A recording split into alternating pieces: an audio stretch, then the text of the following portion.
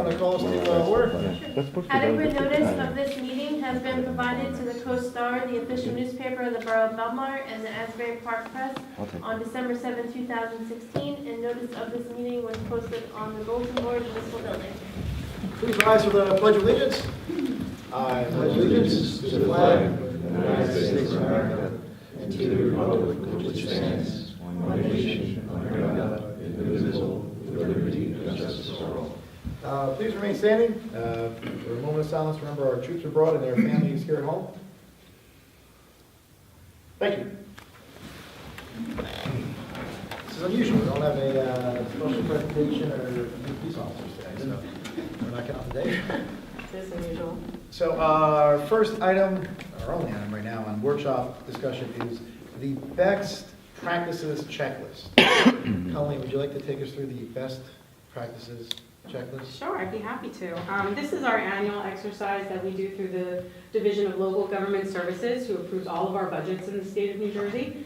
Every year they publish a best practice checklist, which suggests the Director of Local Government Services suggestions for how to best operate a municipality. And it can be everything from have your collective bargaining contracts already sunsetted longevity, to do you annually train your employees on ethics.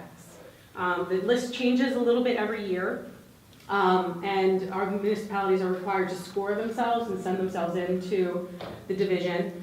Of the list that we had this year, we scored an 84%, which always room for improvement, but we're well above the 75 required, which basically they tie this to what they call state aid, which we call reimbursement. We don't call state aid. It's basically the energy receipts tax. But well, let's be clear. So we receive energy receipts tax for all the poles that you see out there on the right of way, and then the state steals that money and then decides to give us back a portion of that stolen money. correct, and that stolen money would only be returned to us if we score above 75% on the best practice checklist. So we did, and it's nice for us because we get to see glimpses of what the state is suggesting in terms of best practices around the state, and we can glean things from that. A lot of it has to do with employee handbooks and things that we do well already in terms of advising employees about standards in the workplace. So if there's any questions, I'd be happy to take them, but if not, we are going to have anything like the residents would see personally, anything like the residents would experience themselves as far as best practice? As far as like the publishing of the list, or just anything that would affect them in their lives, or is it more stuff like, is it more inside baseball stuff that happens in? It's much more about the Fair Labor Standards Act. It's about how we do our health reimbursements, Medicare. It's all very inside baseball. Yeah, right. Yeah. Okay. As long as it gets money, fine with me. Any questions for Colleen? Who grades you? We grade ourselves, and actually it's an exercise that we Kids love that. be facetious if I said we look forward to it every year, but Robin Kirk, our CMFO, and myself complete the checklist. We grade each other and score each other, and submit them through the state. So they do spot checks from time to time to make sure we're being honest, but we're pretty upfront about how we answer. Do they have someone come and check our answers and let's say, when you say they stop in, do they go over it with you? No, it's more when every municipality's budget needs to be approved by the division every year. And so when they go to approve our budget next year, they'll pull out our best practice checklist. And they'll do kind of a spot check there to make sure that we are practicing within our budget the procedures that we've attested to. That's about it. Can we send a checklist to the state for the best practices? I might be seen as passive aggressive. They stink. All right. Okay, thank you. So we will be Do sending we need that to in. do anything on that? Do we need to pass our No, I resolution, just or- need to brief you on it, and then we will be sending it in. The minutes will reflect. Any place where inside baseball fans could actually look at it? Sure, we post it online. Okay. All right, anything else for workshop from the council? If not, any petitions from the audience? Don't see any. Next would be approval of the minutes. Okay, I move that the minutes of the regular meeting held on October 17th, 2017 be approved as recorded and that a copy thereof be posted on the borough's website. Second. Okay, Councilman Brennan? Yes. Councilman Nicolay? Yes. Mayor Doherty? Yes. Councilman Walsifer? Yes. Councilman Montgomery? Yes. Next, reports of council. Council President McGovern, would you like to start with? Well, I'll start off. I don't have much of a report. I just want to say that the opening for the new community center, the potential there is fantastic. It's going to be a great place that we have for everyone in the community, from senior citizens down to the kids.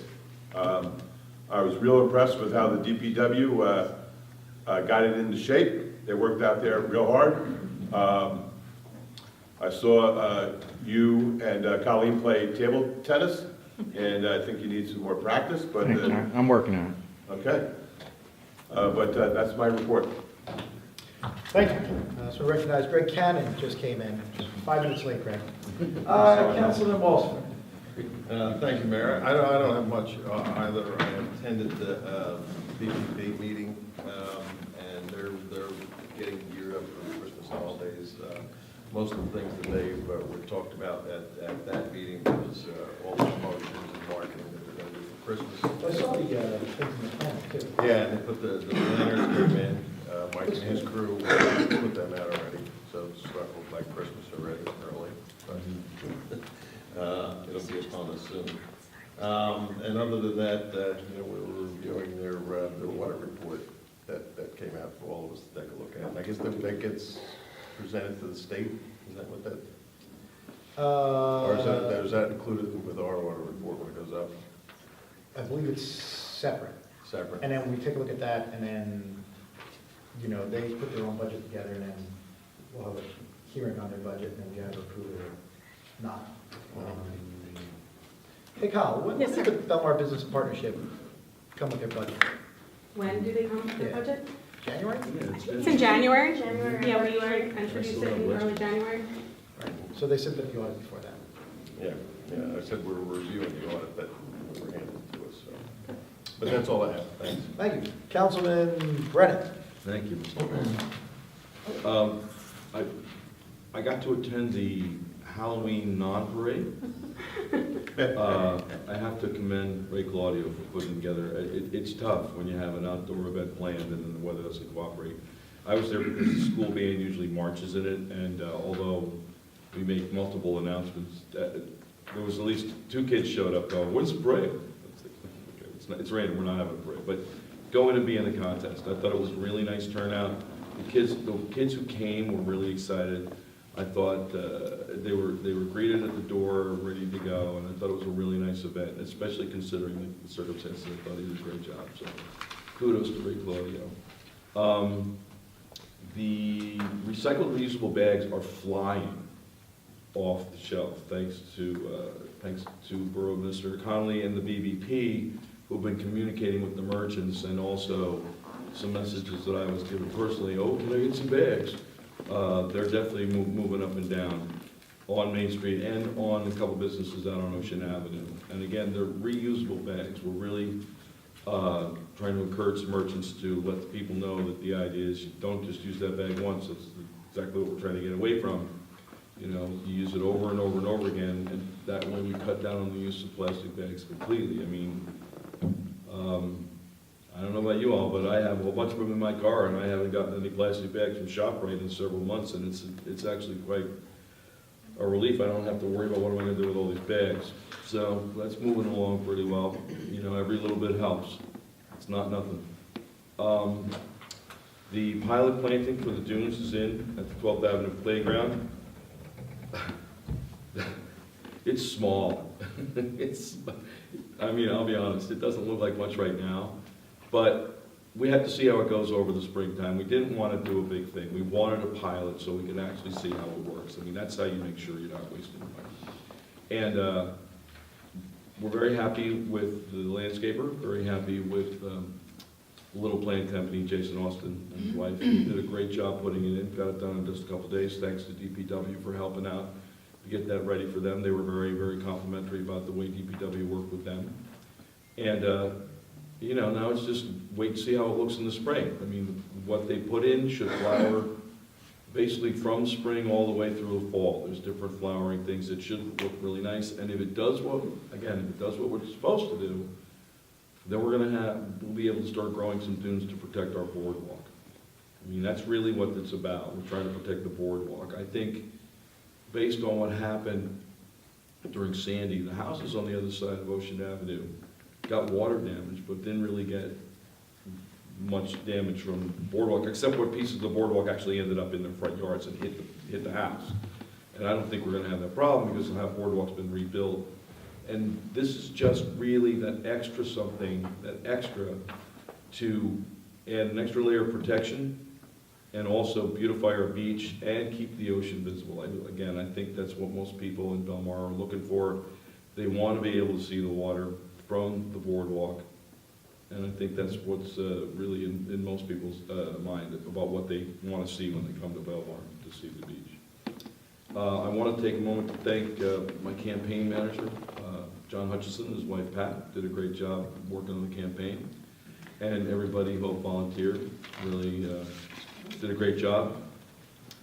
And that's basically it for me. Thank you. Thank you. Councilwoman Nicolai.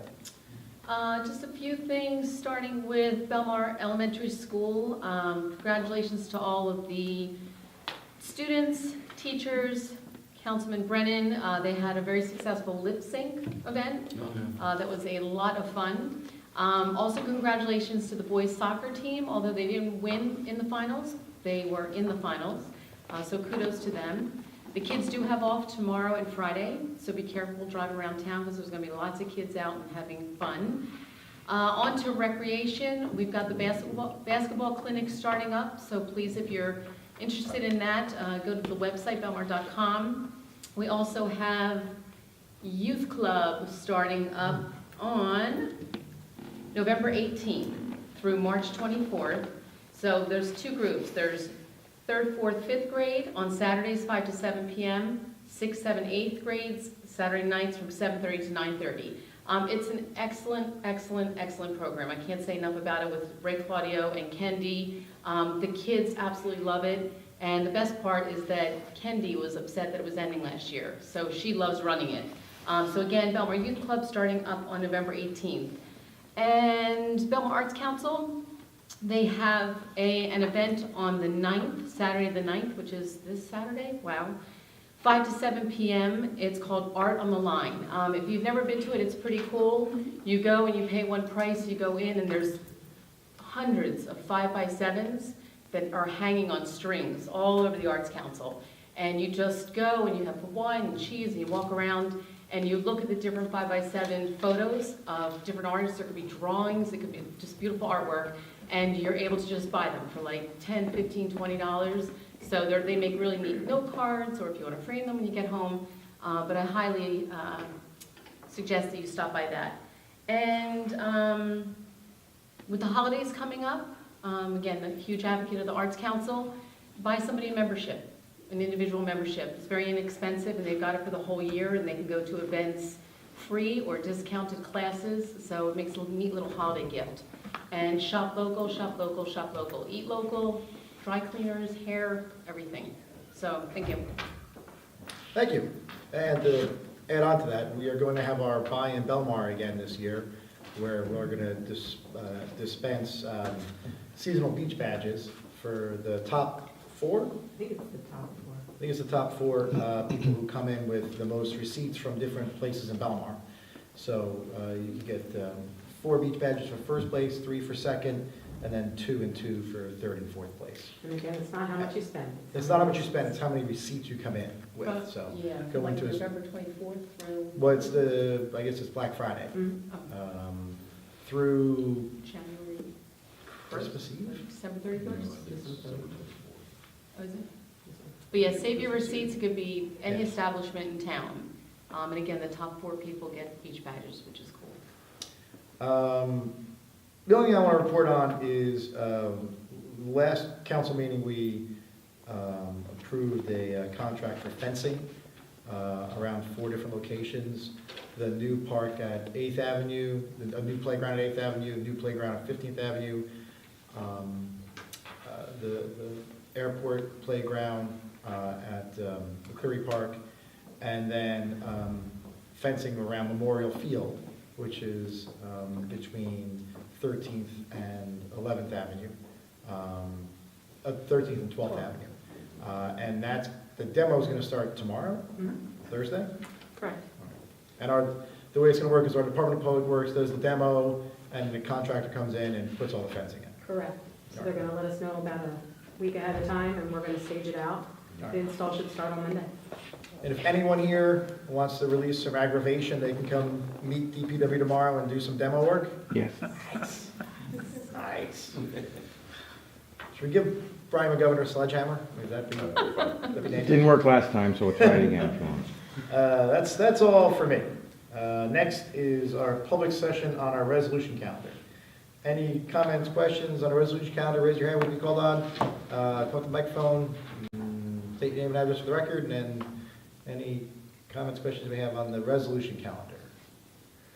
Seeing none, I'll make a motion to close the public session for the resolution calendar. Second. All in favor? First resolution we're going to talk about, a resolution authorizing the signing of a settlement agreement with Metra Industries. We have our redevelopment attorney, Bill Northgrave, who was the borough attorney at the time. Metra is the contractor that did the work primarily in the Rhode Island section point of Belmar, where we had years and years of trouble with brown water, rusty water. Metra came in, we gave them a contract to fix a certain amount of it. We paid them for the work they did, and then through closing some valves and doing some other things, we were able to eliminate some of the contract and save some money. This is a settlement that's before us today. So if you could explain a little bit more as far as the settlement. Sure, Mayor. Basically, their position was that the contract was much broader than what was ultimately, contract awarded was much broader than the contract they ultimately acted on. There is a concept called cardinal change, that they had a reasonable expectation that they would have made a lot more money, and that, in fact, the borough owed them a lot more money for both work they did and work that they would have done had the borough stuck with the original contract you had made. They started out with a demand around $950,000. That was naturally rejected. We went back and forth. We did some discovery. Ultimately, what we presented to the borough was that if we hit it out of the park, we win we get the cardinal change issue thrown out, we do everything well,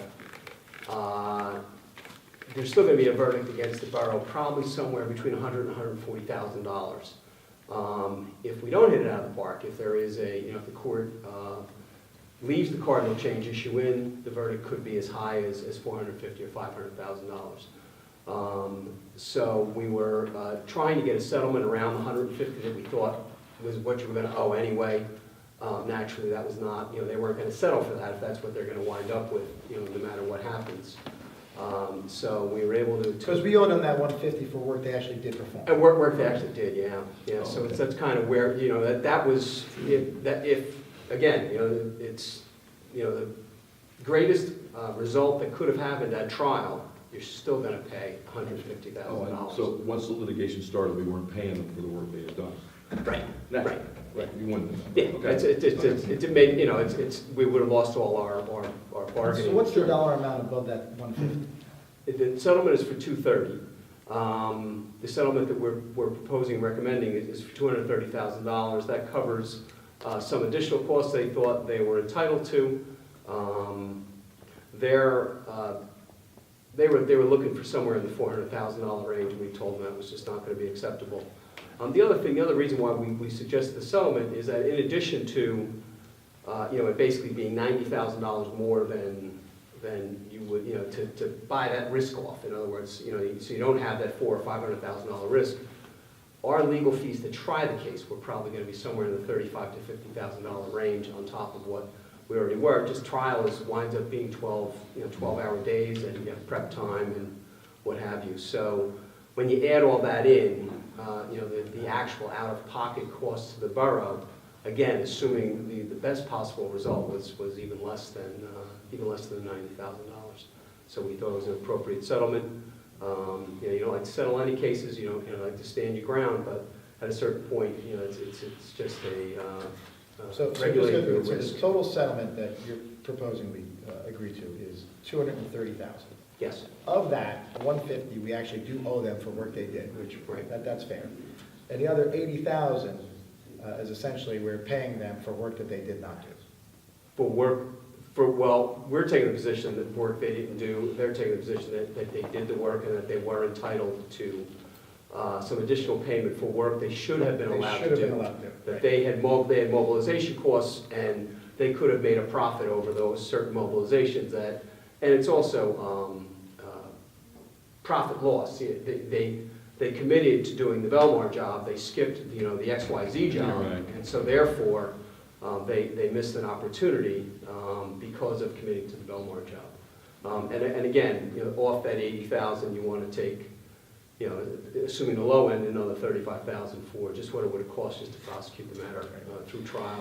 And again, it's, it doesn't end there, to go to appeal and Right. sort of things. Well, I have a question. Suppose they had actually done the job, like, Don't we pay them? but I mean, we hadn't found that problem with the valves, and they had done the job that they thought they were gonna do. We were paying them hundreds of thousands. Oh, it would have been, it was $1 million. That's Yeah, what- by deciding to limit the contract, you saved the borough a significant amount of money. Right, There was, so it's even probably, I with think, the settlement- $300,000 or $400,000 in The savings negative just in change that. order that they were contesting essentially was a $510,000 change order. So we saved the borough, the water utility, $510,000 back when we did that in 2015. And as Bill outlined, 150, we were gonna owe them anyway, we knew that going in. Right.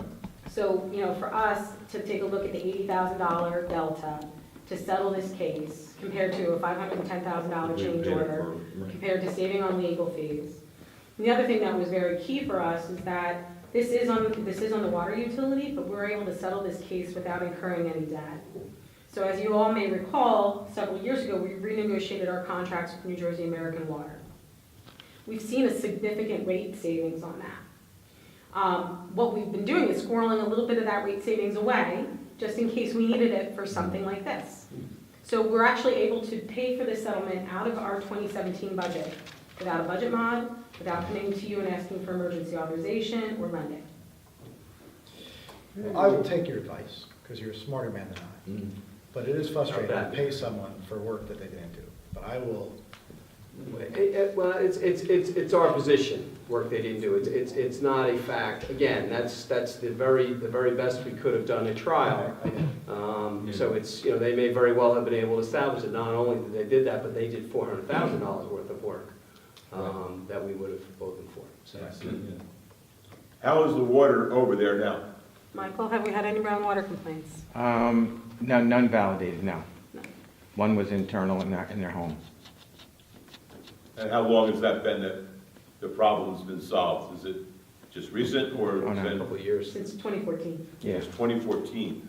let's just say they perform the work. They performed work, and there was some work done internally that obviated the $500,000 negative change order. Correct. Negative change orders are good. Yes. Negative change orders are good. And we would not have been able to know that prior. Once we were in there, we discovered. That's a great question, yeah. This was an unforeseen condition. When we spec'd the work, when we bid the contract, we believed that all of this work needed to be done. What happened was when we got actually into the roads and started exercising these valves that Bill was talking about, we were able to see the full force of the main now flushing through. And so what we thought was a rust condition was just a dead end. And the water didn't have anywhere to go, so it was creating brown water. But once we exercised everything and opened everything and the system's working as it should, clear water. All right, anything else for Ms. Northgrave? And thank you for saving us your legal fees. We appreciate it. Happy to do so, Mayor. Happy to, seriously, I do appreciate the opportunity for the work that you do give me, so, to the extent we can help you build something and make money, that's where we prefer to spend our time, especially when you have a developer paying our fees. Yeah, that's, Yes. we prefer that. All right, thank you. Thank you. Do you need me to stay, or?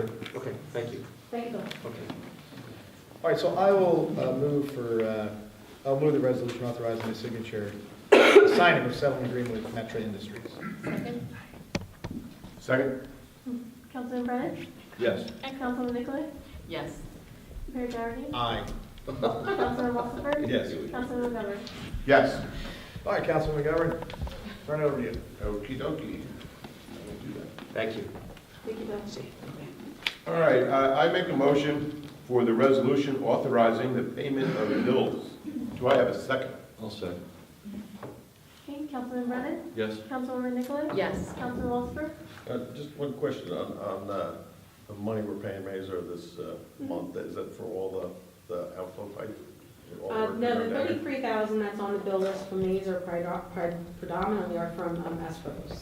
So where they've consulted on planning board issues, zoning board issues, and things of that sort. Oh, okay. Yes. Okay, Councilman McGovern? Yes. Next, I make a motion for the resolution authorizing execution of an agreement with the Associated Humane Societies for Animal Control Services for 2018. Do I have a second? Second. Councilman Brennan? Aye. Councilwoman Nicolay? Yes. Councilman Wasserberg? Yes. Councilman McGovern?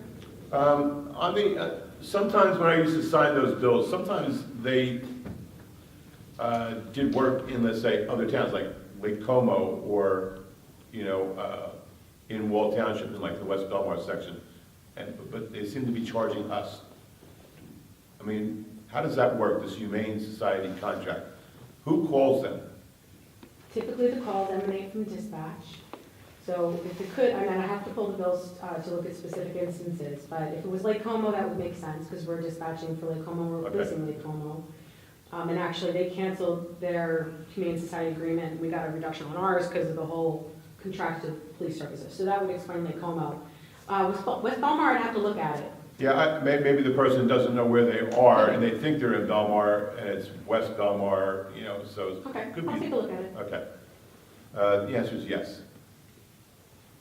Next, I make a motion for the resolution authorizing an issuance of the plenary retail consumption alcoholic beverage license number 1306-32-00. Yes. Councilman McGovern? Yes.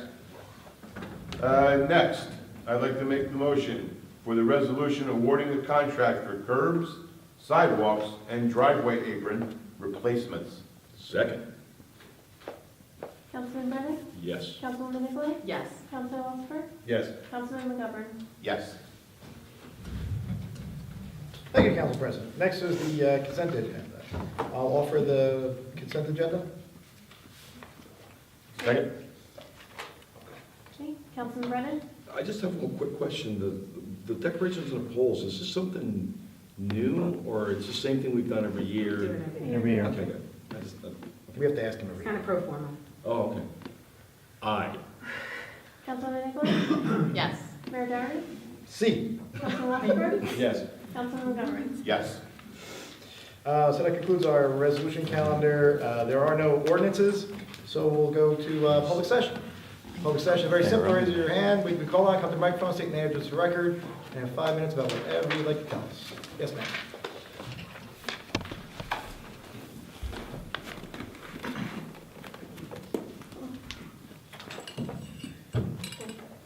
Hello, I'm Christine Cardolino. I live on 15th Avenue. I was wondering if there's any plan to put in the stop signs on B&D streets that were discussed at the past two meetings. There's still a speeding problem on our street, and it's constant. And I was just wondering, what are the plans to address the concerns of the community in that regard? We have our Police Department Captain Tommy Cox is here. We discussed this before. One of the things we said when we did talk about one-ways, we heard concerns like yours about speeding, and we talked about putting stop signs at B&D. Just wanted to see what kind of schedule you guys had for that. Yeah, I have to review that with the chief, and we'll come up with a game plan. But it shouldn't take very long, correct? No, I should not. Thank you. Thank you. What do they need from us? Do they need council to put up approval to put up stop signs, or is that a police matter? No, there's a designation, I think, within ordinance, Yeah, correct, it's an about where the ordinance, stop correct, signs yeah. are. So the chief and the captain and I met, we're collecting some prices and quotes. taking a look at the previous traffic study that was done on this, so that it's not starting from scratch. So we've identified what we think the locations are, what the prices are going to be, and we'll be back to you probably first meeting in December with that. All right, but the locations are Correct. B and D. Mm-hmm. Very good. Definitely, yeah. Any other public comment? But yes, ma'am.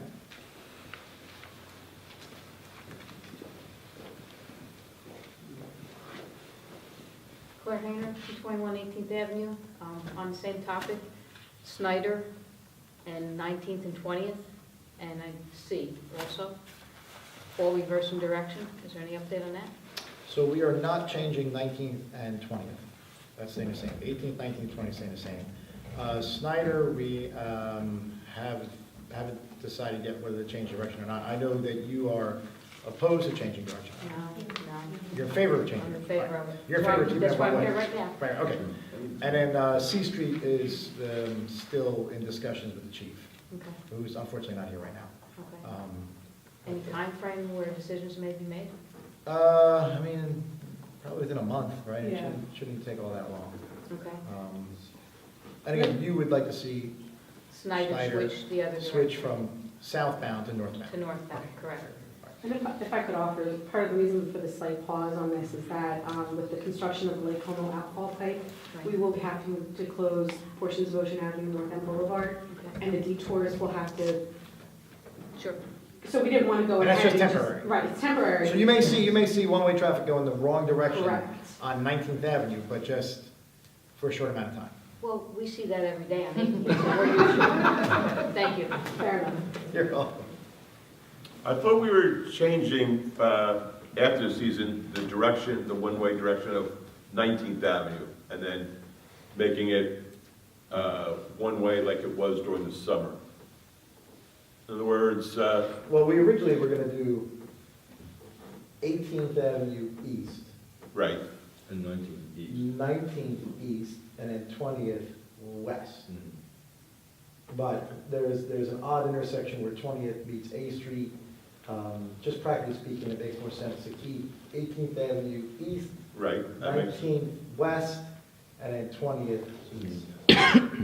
okay. So then the two things now, whether or not to reverse C Street and whether or not to reverse Snyder, because A Street goes north, B Street goes south. B Street goes south, and then Snyder goes south. So why wouldn't that go north? Now, what about next summer, 19th Avenue? I thought the chief It's liked, going to stay the same direction. What we may end up doing, because people get concerned about the traffic, particularly coming from DJs at night, is, and we did this past summer, is cone off 19th and just Oh, keep okay. people going. so don't change the signs, just use cones, okay. Correct. We'll set it on the Spring Lake, And then where do they go? They go all the way down to North Boulevard? North Boulevard. Yeah, that's good. Or Spring Lake. Yes, sir. Gee, that's a George. Thank you, Colleen. Peter Pyro, North Boulevard, Belmar. Thank you for keeping 19th Avenue proceeding in a westerly direction. At the Lake Como meeting, I suggested they put 2 additional stop signs at the intersection of B Street and 19th.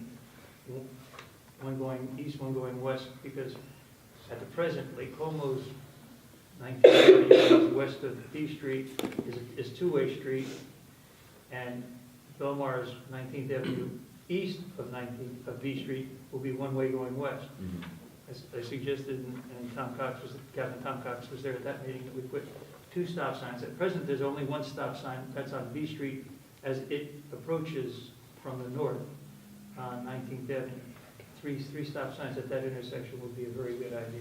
And I thank you for keeping 19th Avenue proceeding in a westerly direction. Welcome. Yes, sir.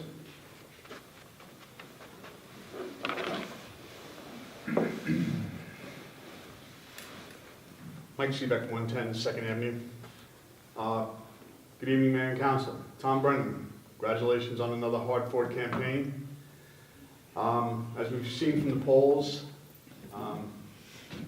we are kind of divided in who we choose as elected officials, and we're entitled to cast our votes for who we want to represent us. And then upon the decision of the voters, when it's final, the people up there have to represent all of the people who cast votes, not just the people that cast votes for them. And I'm sorry to bring this up, Mayor Doherty, but it happened a couple of meetings and it deeply disturbed me. And because of what happened last weekend, or last meeting, it slipped my mind. But I've been coming to meetings a long time.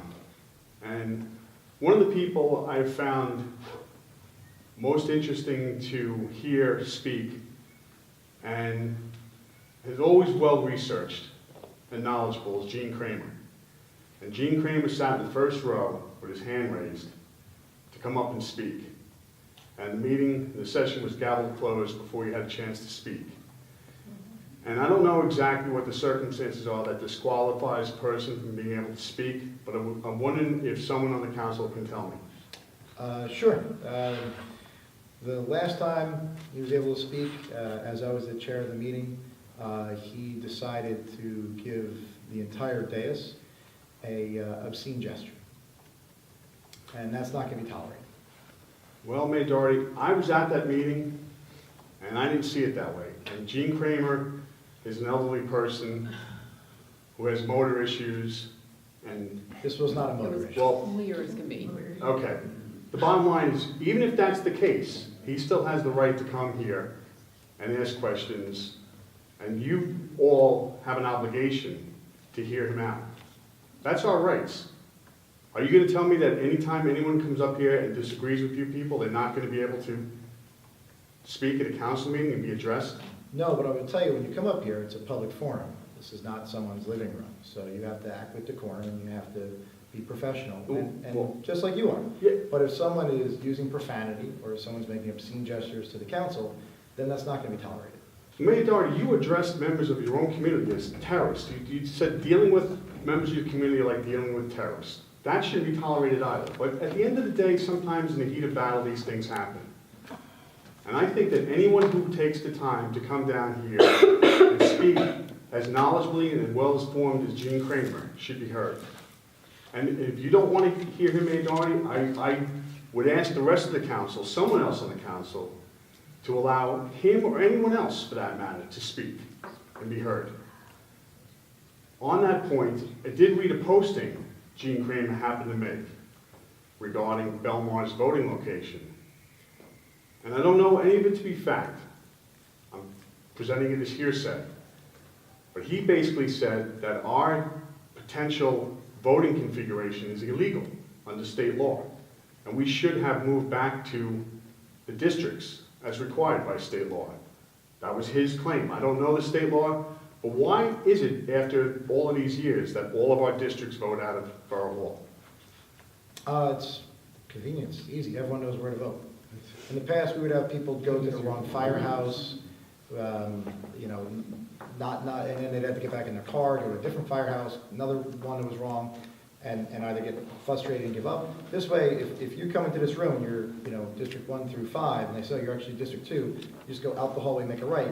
So it's for the convenience of the residents. But is it possible that we're not abiding by state law? Because he mentioned a specific figure of how far a voting location venue should be in relation to the district that it represents. Is it possible? That's all I'm asking. I'm going to pose that question to our borough attorney.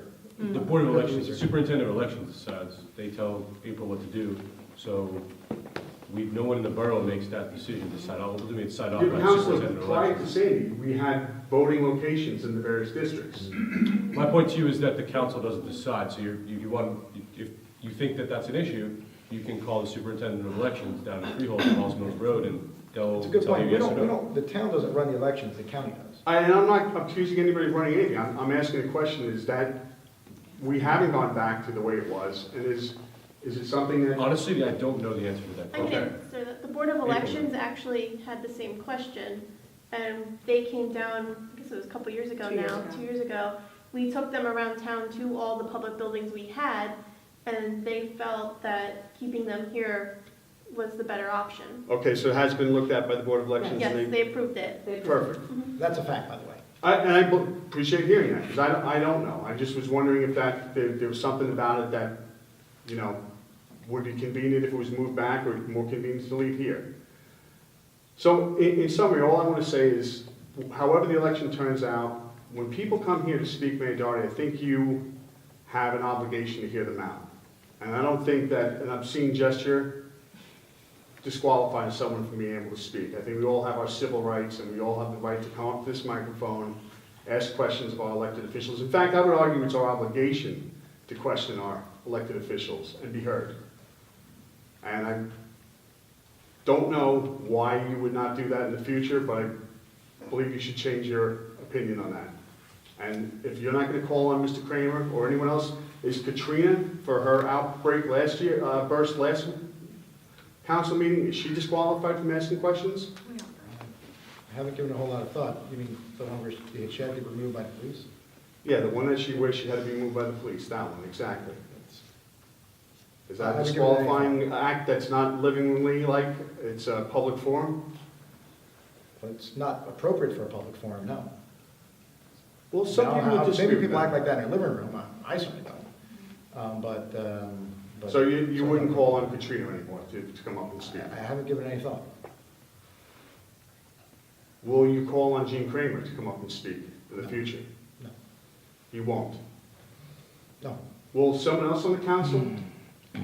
Councilman Walsifer, Council President McGovern? The way council meetings work is the mayor, or in his absence, the council president, or his absence, whoever's elected council president, runs the meeting. So they call on people to come up to the microphone. They chair the meeting. So that's why when you make address, you don't address members of the council directly, you address them through the chair. Well, I'd like to address the rest of the council then with that question. What's I'm saying, you address the question through the chair. Would you ask the rest of the councilmen, members, if they would allow someone, specifically Gene Kramer, to come up and speak? Well, it's up to them if they're chairing the meeting, but if they're not chairing the meeting, then it's not up to them. So what power do they have to be heard on the dais, people? Let's say I want to address any other councilman. If you decide, Mayor Doherty, if you decide I can't address Council President McGovern, you're telling me I can't address Council President McGovern? That's your 5 minutes.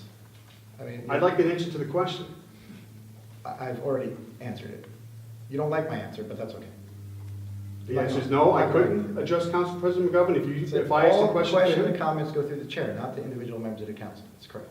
Not the individual members of the board sitting in front of you. Correct. So there's no respect for my civil rights to come here as a resident and ask questions of any council member I see fit? I gave you your 5 minutes. Mayor Doherty, I'd like a distinct answer on the question. What prevents me from asking? Mike, I gave you your 5 minutes, there's other people who want to speak as well. But I haven't gotten an answer. I've already answered it. Is it yes or no? I've already answered it. I don't think you have. Okay, I think I have. Yes, sir.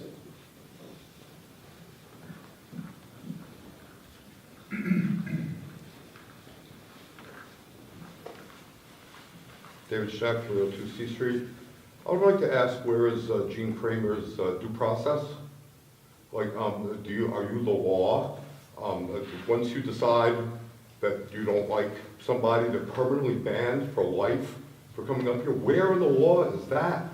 You know, if someone's going to be sanctioned permanently, apparently for the rest of their lives, where is the due process? You know, what if he's innocent? What if you saw something wrong there? He is entitled to due process under law. You cannot punish somebody without due process, without a hearing, a determination of what law was broken, a conviction. You can't just say, oh, this guy, I don't like the way he behaved one time, so for the rest of his life, he's not allowed to come up here anymore. This is absolutely a violation.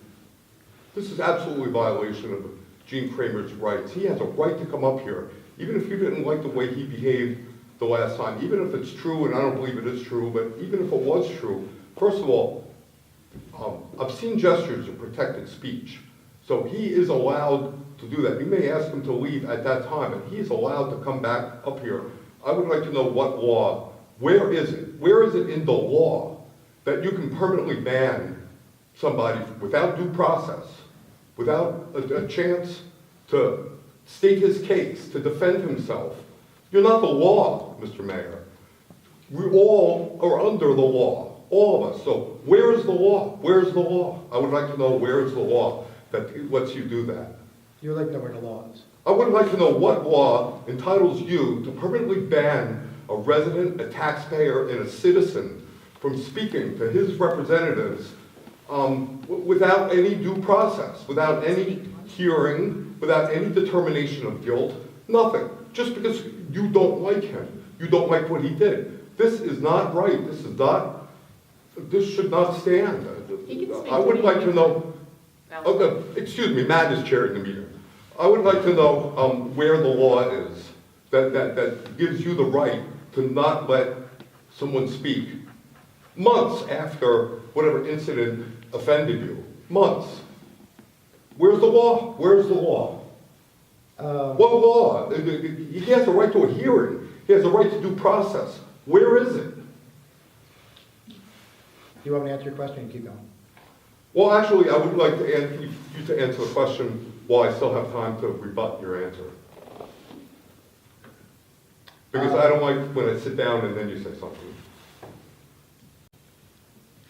I mean, do you want to sort of explain? The chair is charged with maintaining the quorum of the meeting, and you have to be honest, I don't know what happened here, because I wasn't here, so I have no idea. But it's not just because you keep saying, and you do this all the time, every time you go up here, you twist it just a little bit, you don't like him, so he can't speak. Well, that's clearly not the issue here. The issue is that he disrupted the meeting. It's not that you don't like him, it's that he gave the council the finger, apparently, and was totally out of control. So that's a different animal than not liking. I don't think the mayor likes you very much, but you speak every meeting, so I don't think that's a fair It is characterization. your obligation to uphold the law at these meetings. So maybe you should go back, we have it on tape, maybe you should go back and see if he disrupted the meeting before he's permanently banned. You email He is me 3 entitled times a to week, due Mr. Schneck. You can process. send me any video you want, I'll be happy to review it. Just like And all of you your can other tell me things every where week. in the law is a permanent ban on coming to the microphone? Where in the law is that? Maybe you don't even need to see it. Maybe he didn't disrupt the meeting, but suppose he did. Where in the law is it that there's a lifetime ban from speaking as a taxpayer and as a citizen? Where in the law is there a provision that one person can make a lifetime ban on a citizen from coming to the mic? It is not right. That is illegal. I'll tell you what, how about this? How about the next time he's here, if he's composed, I will call on him to speak. If it gets out of hand, he'll have to sit down again. Well, anyone that's out of control should be asked to sit down. Anyone, Do you have anything further? thank you for your offer, I'll pass the word along to him. Thank you. Thank you. Any other public comments, questions? Dirty looks? Are you laughing at me? Yeah. Oh, good. You're laughing at one of your constituents who's got a serious Okay. civil rights concern here. All It's right. very funny, isn't it? Well, Are you gonna arrest me now too? what was it, the Sally Jesse Raphael show? What was it? Jerry Springer. Jerry Springer. Any other public comments, questions? Sorry, Michael, not tonight. You already got a chance. But no one else is looking to speak, Mayor Doherty. Can I just have another word, please? I will give you 1 minute. Is that okay? Yeah, you know what, that's good.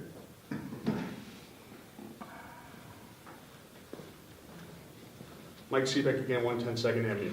Mayor Doherty, that's all it would take, is what happened at the end of the conversation, is to respectfully acknowledge the fact that Gene Kramer did not disrupt any meeting. He sat there very patiently with his hand raised. And what we're up here fighting for is our right to come and address the council. So I'd ask you to look back and reflect upon how the meetings are run and how we should be allowed to communicate with our elected officials. Because at the end of the day, we don't all agree. We don't have to agree. But we're all allowed to communicate. We all have our rights. And as Dave pointed out quite eloquently, that's a civil rights violation. Because there's nothing that says about somebody who's not disrupting a meeting doesn't have a right to speak. That's all it takes. We shouldn't have to get into this lengthy argument and discussion. Please be respectful to us. We're respectful to you. Thank you. Hey, any other public comments, questions, civil rights questions, arguments? None? All right. I will make a motion to close the public hearing and adjourn. Second. All in favor? Aye.